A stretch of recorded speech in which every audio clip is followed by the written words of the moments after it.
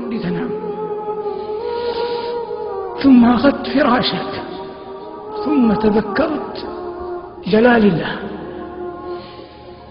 ولا سبيل إلى رؤية الله، لكن هناك سبيل للقيام بين يديه.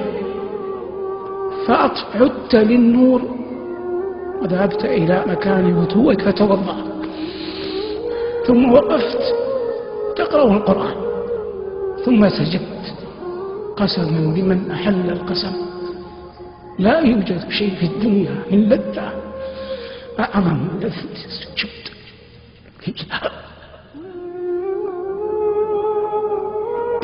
الله يقول لنبيه: وتوكل على العزيز الرحيم الذي يراك حين تقوم وتقلبك في الساجدين.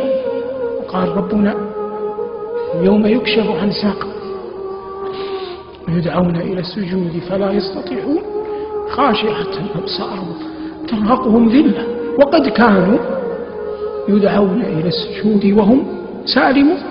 أنت الآن تدعى للسجود وأنت سالم، فحتى تستطيع أن تسجد يوم القيامة اسجد في هذه الدنيا اختيارا وأنت تريد وجه الله.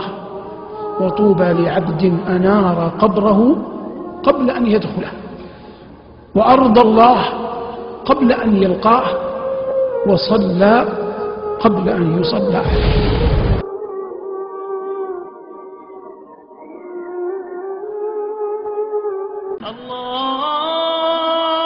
الله أكبر